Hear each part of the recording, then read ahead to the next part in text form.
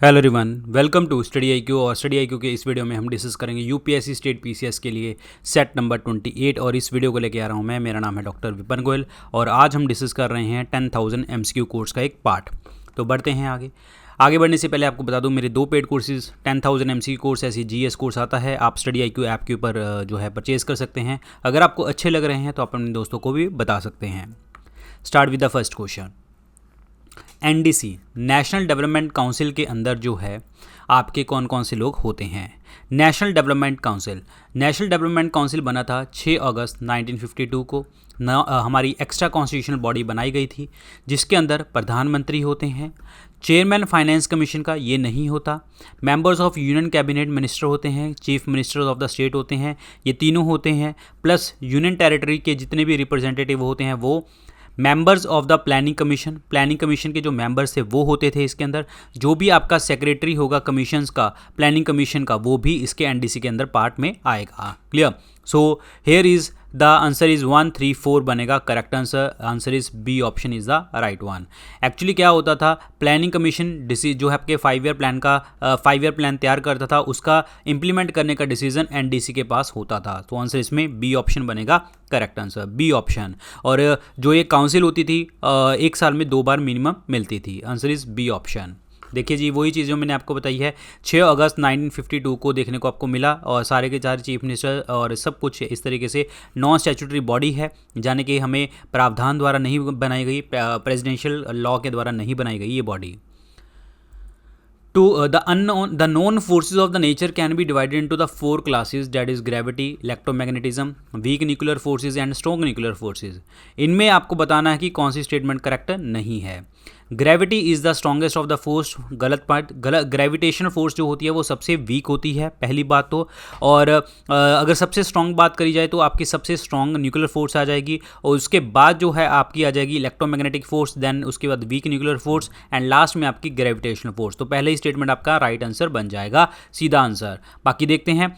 Electromagnetism act on the particle with an electric charge, बिल्कुल point सही है, जहाँ से आपके जो फोर्सेज हैं और फील्ड हैं यहाँ पे लिंक होती हैं। Weak nuclear forces causes the radio activity, बिल्कुल सही है। रेडियो एक्टिविटी का मतलब क्या है कि न्यूक्लियर फोर्सेज लगेंगी, अल्फा बीटा और डेल्टा सेल्स, जो अल्फा बीटा और गामा सेल्स, गामा रेज निकलेंगी यहाँ से। जब भी रेज निकलती हैं आपकी एंड में हमेशा गामा रेज निकलती हैं और जिसके अंदर जो होता है आपका डिके होता है, किसी चीज़ को तोड़ा जाता है, जो भी आपके अनस्टेबल सब एटॉमिक पार्टिकल्स होते हैं वो इसमें देखने को मिलते हैं। Strong nuclear forces hold the proton and neutron inside the nucleus of an atom, ये भी आपका पॉइंट बिल्कुल सही है कि स्ट्रॉन्ग न्यूक्लियर फोर्सेज जो होती हैं आपकी वो होल्ड करके रखते हैं पार्टिकल्स को, प्रोटॉन्स को, न्यूट्रॉन्स को। तो इसका जो आंसर बनेगा वो बनेगा आपका ए ऑप्शन बनेगा करेक्ट आंसर। बाकी जो है आपका नॉट करेक्ट पूछा था, बी सी डी जो है वो करेक्ट स्टेटमेंट है, ए आपका ऑप्शन गलत है। ये देखिए जी, वही जो चीज़ मैंने आपको बताई है कि ग्रेविटी जो है ये सबसे ज़्यादा जो है वीक होती है और स्ट्रॉन्गर आपकी सबसे ज़्यादा स्ट्रॉन्ग फोर्सेस होती हैं, इस तरीके से आपको जाती हैं ये। Supply of money remaining the same when there is an increase in the demand for money there will be. देखिए, जब सप्लाई मनी की जो है सेम हो लेकिन डिमांड बढ़ रही हो मनी की, उस टाइम पे क्या देखने को आपको मिलेगा। अगर सप्लाई सेम होती है और इन केस जो डिमांड भी आपकी इंक्रीज होगी मनी के लिए, तो क्या करेंगे, जो लोग होंगे वो आपका पैसा जो है बैंकों के अंदर कम डिपॉजिट करवाएंगे, बैंकों में पैसा नहीं जाएगा। बैंकों में पैसा नहीं जाएगा तो ऑब्वियसली पैसा जो है वो मार्केट में ही रहेगा। मार्केट में रहेगा तो ऑब्वियसली बात है इन्फ्लेशन होने के चांसेस पूरे रहेंगे, जिसके कारण जो होगा आरबीआई क्या करेगा, इंटरेस्ट रेट को क्या कर देगा, बढ़ा देगा, जाने कि आपका tight money policy, contractionary money policy and dear money policy को फॉलो करेगा। सो इसका मतलब क्या होगा, there will be an increase in the rate of interest. Answer इसमें बी ऑप्शन बनेगा करेक्ट आंसर, बी ऑप्शन। ठीक है, चलिए जी। Which of the following is likely to be the most inflationary in its effect, सबसे ज़्यादा inflation कौन लेके आएगा। ऑल दो इन्फ्लेशन तो आएगा ही आएगा, जब आप पैसा मार्केट में लेके आएंगे तब आपका इन्फ्लेशन आएगा, लेकिन मोस्ट पूछा है। देखिए, इन्फ्लेशन हमेशा तब आती है जब मनी सप्लाई जो है आपकी बढ़ जाती है, टोटल डिमांड से बढ़ जाएंगी। और या फिर आप रेट ऑफ इन्फ्लेशन किसके डिपेंड ऊपर करता होता है, मनी सप्लाई के ऊपर डिपेंड करता है कि मनी सप्लाई आप कितनी दे रहे हैं मार्केट के अंदर। पैसा ज़्यादा होगा, लोग इन्वेस्टमेंट करेंगे, काम मिलेगा, इंप्लॉयमेंट आएगी, ग्रोथ होगी, डिमांड बढ़ेगी, इन्फ्लेशन इन्फ्लेशन होगा ही होगा। तो पैसे की बात आएगी, रीपेमेंट ऑफ पब्लिक डेट कर सकता है, borrowing from the public finance से बजट डेफिसिट कर सकता है, borrowing from the banks to finance से बजट डेफिसिट कर सकता है। लेकिन सबसे ज़्यादा मोस्ट इन्फ्लेशनरी होगा क्रिएटिंग का मतलब क्या हो रहा है, यहाँ पे हम नए नोट छाप रहे हैं। क्रिएट करना मतलब नए नोट छाप रहे हैं हम फाइनेंस करने के लिए बजट को, तो आंसर इसमें क्या बनेगा डी, क्योंकि इन्होंने मोस्ट इन्फ्लेशनरी पूछा है। क्रिएटिंग का मतलब क्या होगा कि नई मुद्रा का सृजन, नई मुद्रा बना रहे हैं आप, आंसर इसमें डी ऑप्शन बनेगा। जब आपका इन्फ्लेशन होगा तो फर्म्स के ऊपर क्या कॉस्ट पड़ेगी, जो आपकी जो है प्राइसेस चेंज हो जाएंगी, वर्कर की डिमांड बढ़ जाएंगी, तो ऑब्वियसली बात है आपको वेजेस भी ज़्यादा देने पड़ेंगे। और अगर इन्फ्लेशन हायर हो जाएगी इंटरनेशनल मार्केट के अंदर तो आपका कंपटीशन भी देखने को कम मिलेगा। रियल डेट जो होगा वो आपका कम हो जाएगा, फर्म विद डेट में बी बेटर ऑफ, क्लियर। और आपका जो है लेस कॉन्फिडेंस टू इन्वेस्ट होगा, क्योंकि ऑब्वियसली बात है इन्फ्लेशन चल रही है, इन्वेस्ट करने के लिए टेंशन रहेगी आपको। और इन्फ्लेशन अगर बढ़ रहा है तो इसका मतलब इकोनॉमिक ग्रोथ भी हो रही है, डिमांड तभी बढ़ रही है। कॉस्ट पुश इन्फ्लेशन भी होगा, जब आपका चीज़ कोई भी बनाओगे उसके ऊपर कॉस्ट आपकी लगेगी, तो ऑब्वियसली बात है कंज्यूमर आपकी डिमांड को कम कर देगा। तो ये सारे इम्पैक्ट पड़ेंगे आपके फर्म्स के ऊपर, कंपनीज के ऊपर। अगला क्वेश्चन देखिए जी, इनमें से ऐसा कौन सा ग्रुप ऑफ आइटम है जिसमें इंडियन फॉरेन एक्सचेंज रिजर्व आपके रखे जाते हैं। देखिए हमारे इंडिया के अंदर फॉरेन एक्सचेंज मिनिमम रिजर्व की बात करें तो 200 करोड़ रुपीज़ रखा जाता है, जिसमें आप 115 करोड़ रुपए का तो गोल्ड रखते हैं और एक 85 करोड़ की जो है फॉरेन करेंसी रखते हैं, जिसमें जापान का येन होता है, यूरोपियन यूनियन का यूरो हो गया, यूएस का आपका क्या हो गया, डॉलर हो गया, और यूके का क्या हो गया आपका पाउंड स्टर्लिंग हो गया, चाइना क्या हो गया युआन और रेनमिंबी, और आपका एसडीआर स्पेशल ड्राइंग राइट जो आपके पेपर गोल्ड होता है, जो आपकी आईएमएफ की करेंसी होती है, ठीक है। तो ये रखेंगे, फॉरेन करेंसी एसेट रखेंगे, स्पेशल ड्राइंग राइट्स रखेंगे, लोन फ्रॉम द कंट्रीज, ये गलत हो गया जी, ये नहीं होगा। Foreign currency asset gold holdings RB with the RB in SDR, ये आपका पॉइंट बिल्कुल सही है, ये दूसरा स्टेटमेंट आपका बिल्कुल सही है। Foreign currency assets loan from the World Bank गलत हो गया, foreign currency assets holding of the RB ये भी गलत हो गया। तो आंसर इसमें क्या बनेगा, ओनली बी ऑप्शन बनेगा correct answer, B option is the right one. A rise in the general level of the prices may be caused by, जब आप किसी चीज़ के प्राइसेस बढ़ रहे हैं तो क्या होगा, जब किसी चीज़ के प्राइसेस बढ़ रहे हैं तो क्या होगा। प्राइस बढ़ने का मतलब पैसा आपका जो है मनी सप्लाई बहुत ज़्यादा चल रही है मार्केट में, तभी आपके प्राइसेस बढ़ रहे हैं, क्योंकि डिमांड बढ़ रही है। दूसरी बात ये है इफेक्टिव डिमांड बढ़ रही है, ये भी आपका सही होगा। ये तो आपके इंटरलेटेड हो गए, ठीक है, 1 एंड 3। जब 1 एंड 3 आपका इंटरलेटेड हो गए तो पहले तो 1 एंड 3 ऑप्शन देखो कहाँ पे है, 1 एंड 3 सिर्फ डी में है, ठीक है, तो इसीलिए सीधा आप आंसर डी भी टिक कर सकते हैं, ऐसे क्लियर हो गया। अब बाकी देखते हैं, decrease in the aggregate level of output, बिल्कुल जब आउटपुट आपकी कम होगी तो ऑब्वियसली बात है डिमांड ज़्यादा है तो प्राइसेस के रेट बढ़ जाएंगे, प्राइसेस हाई हो जाएंगी। आंसर इसमें 1 2 3 यानी कि डी ऑप्शन बनेगा, करेक्ट आंसर बनेगा, D option is the right one. Ilbert bill controversy जो है वो किसके साथ रिलेट करती है। इल्बर्ट बिल कंट्रोवर्सी 1883 के अंदर आई थी, लॉर्ड रिपन के टाइम पे आया था। एक्चुअली क्या था, रिपन के दरबार में जो इल्बर्ट था वो एक लॉ मेंबर था, इसने एक बिल निकाला जो 1883 में, जिसमें क्या कहा गया था कि अगर कोई यूरोपियन पकड़ा जाता है, अगर इंडियन मजिस्ट्रेट बैठा होगा तो वो इंडियन मजिस्ट्रेट आपका यूरोपियन को सज़ा दे सकता है, जिसके कारण यूरोपियंस ने क्या किया था, जो है आपका रिवोल्ट कर दिया था अंग्रेज़ों के अगेंस्ट सारे यूरोपियंस ने।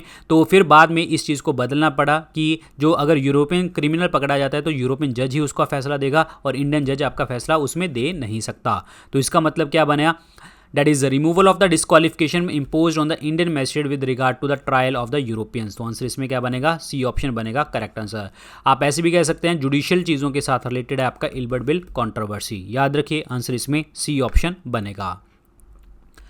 एनी बेसेंट कौन है, Annie Besant was responsible for starting the home rule movement, ये बिल्कुल सही है जी, 1916 में इन्होंने स्टार्ट करी थी। बॉम्बे में स्टार्ट करी गई थी, जो है बाल गंगाधर तिलक जी ने स्टार्ट करी थी, हेडक्वार्टर पुणे बनाए थे। और मद्रास अदियार के अंदर जो है होम रूलिंग स्टार्ट करी थी एनी बेसेंट ने, जो आयरलैंड से आई हुई लेडी हैं। ये आपका पॉइंट बिल्कुल सही है जी, ये आपके रिस्पॉन्सिबल थी। मद्रास अदियार हेडक्वार्टर इन्होंने बनाए थे। The founder of the theosophical society, ये गलत है।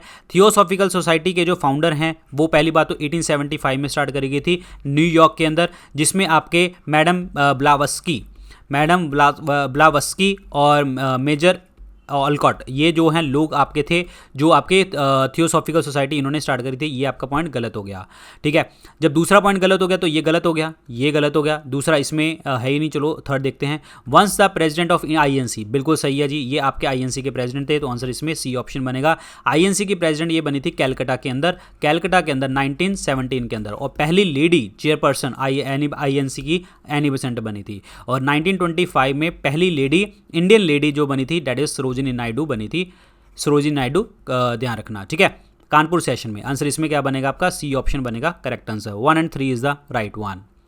यहाँ पे देखते हैं एनी बेसेंट जी के बारे में, जो है ब्रिटिश इंडिया से सोशलिस्ट, थियोसॉफिस्ट एंड जो है विमेन राइट एक्टिविस्ट हैं, और 1914 के वर्ल्ड वॉर के अंदर ये she declare England's need is India's opportunity. This is very very important statement. ये वर्ड किसने यूज़ किया था, ये पेपर में आपको यूपीएससी में और किसी भी एग्जाम में सीधा पूछा जा सकता है। England's need is India's opportunity, की इंडिया आज़ाद हो सकता है। 1917 के अंदर आईएनसी, 1933 के अंदर जो है ये जो है आपका कैंपेन करने लगी थी, not in India but in the Britain के अंदर, और इंडिया में आई थी 1893 के अंदर। 1916 में होम रूल स्टार्ट करी थी लोकमान्य तिलक जी के साथ। जून 1916 में अरेस्ट हुई थी। सितंबर जो है 1917 में बहुत ज़्यादा जो है आपका प्रोटेस्ट हुआ था इनको आज़ाद करवाने के लिए। This is very important. To obtain the full benefit of demographic dividend what should be India do. Demographic dividend का मतलब क्या होता है, जिसमें आपकी प्रोडक्टिव एज वाले जो लोग हैं वो ज़्यादा हैं। प्रोडक्टिव एज का मतलब क्या है कि 15 से 64 साल वाले जो हैं लोग ज़्यादा हैं हमारे देश के अंदर। अगर आपने इनका बेनिफिट लेना है तो इनका बेनिफिट लेना है तो ऑब्वियसली बात है इनको आपको स्किल प्रोवाइड करनी पड़ेगी, काम ऐसा देना पड़ेगा जिसमें बहुत ज़्यादा स्किल्ड हो जाएँ। तो इसका मतलब they will promote the skill development programme. तो स्किल डेवलपमेंट आपको करनी पड़ेगी ही पड़ेगी। तो आंसर इसमें क्या बनेगा, ए ऑप्शन बनेगा correct answer. Social security scheme नहीं चलानी पड़ेगी, इन्फेंट मोर्टेलिटी गलत, प्राइवेटाइजेशन ऑफ गलत हो गया, तो आंसर इसमें क्या बनेगा, 1 ऑप्शन बनेगा correct answer. Clear, 1 option is the right one, very very important.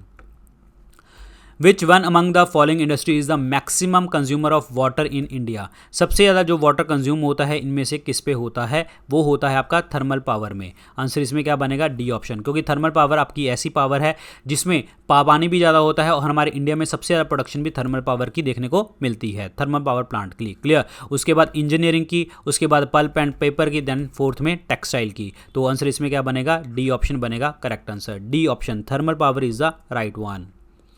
Thermal power, ये कुछ न्यूज़ थी आपकी, जो न्यूज़ है रही हैं न्यूज़ में वो देखेंगे, ठीक है। सो दिस इज़ कॉल्ड पथारू घाट। पथारू घाट एक प्लेस है असम के अंदर। यहाँ पे आपका जो है पेजेंट अपराइजिंग हुआ था, यानी कि किसानों ने जो है विद्रोह किया था 1894 के अंदर, और ये विद्रोह जो है पथारू घाट के अंदर क्यों हुआ था, for the land revenue. Actually क्या था कि जब इन्होंने ब्रिटिशर्स ने असम को कैप्चर कर लिया था 1826 ईस्वी में, फिर इन्होंने क्या किया, इन जो है पेजेंट के ऊपर, किसानों के ऊपर जो है टैक्स लगाने लग गए थे। लेकिन 1893 के अंदर जो है इतना ज़्यादा टैक्स लगा दिया था कि आपका 70 to 80% जो है अंग्रेजों के पास चला जाता था, जिसके कारण जो है पेजेंट ये रिवोल्ट हुआ था असम के अंदर, that is in the Patharughat, that is in 1894। Clear, Patharughat जो है आपका दूसरे नाम आता है, पहले इससे पहले बैटल ऑफ सराय घाट की इसमें लड़ी गई है, बैटल ऑफ सराय घाट, जहाँ पे जो है असम वाले लोगों ने, अहम्स ने जो है मुगल्स को डिफीट किया था 1671 में। सो this is again very very important. Clear, तो पेपर में आपसे पूछा जा सकता है कि जो पथारू घाट जो है ये कहाँ पे हुआ, असम के अंदर। दूसरा ये पूछा जा सकता है कि कितने % जो है वो टैक्स ले जाते थे, या फिर ये जगह कंट्री स्टेट पूछी जा सकती है, लैंड रेवेन्यू था या कुछ और टैक्स था, इस तरीके से पूछी जा सकती हैं। क्लियर, याद रखना, पथारू घाट, द पेजेंट अपराइजिंग ऑफ पथारू घाट। प्रधानमंत्री जन आरोग्य योजना। प्रधानमंत्री जन आरोग्य योजना है क्या?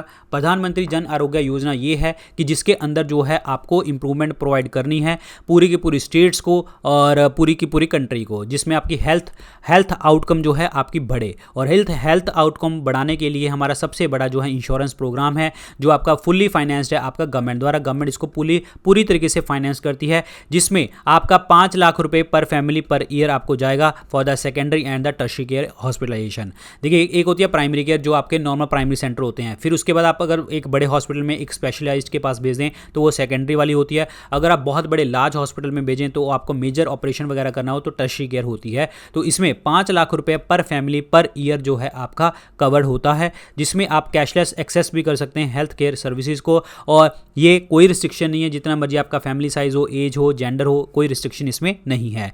और ये कि कौन से पैसे कवर करेगा, 3 दिन पहले प्री हॉस्पिटलाइजेशन के और 15 दिन पोस्ट हॉस्पिटलाइजेशन के जितने भी एक्सपेंसेस होंगे प्रधानमंत्री जन आरोग्य योजना के अंतर्गत कवर किए जाएंगे। So this are very very important. इसमें आपको स्टेटमेंट पूछी जा सकती हैं प्रधानमंत्री जन आरोग्य योजना की, इनमें से कौन से फीचर्स देखने को आपको मिल सकते हैं, ठीक है। जिसमें वही चीज़ देखो, प्रधानमंत्री Jan Arogya Yojana, clear, national health agency, ये आपका 5 लाख रुपए पर फैमिली कवर होगा। इतने लोग जो हैं कवर्ड हो चुके हैं। स्टेट्स को जो है फ्लेक्सिबिलिटी दी गई है इम्प्लीमेंटेशन करने के लिए, और आपका अक्रॉस द कंट्री जो बेनिफिट लेंगे। 85% जो है रूरल फैमिली, 60% अर्बन फैमिली जो है आइडेंटिफाई की गई हैं आपकी इसके अंदर। और ये 25 सितंबर को लॉन्च करी गई थी on the birth anniversary of Pandit Deendayal Upadhyaya ji के बर्थ एनिवर्सरी के ऊपर। तो this is very very important, clear, Pradhan Mantri Jan Arogya Yojana.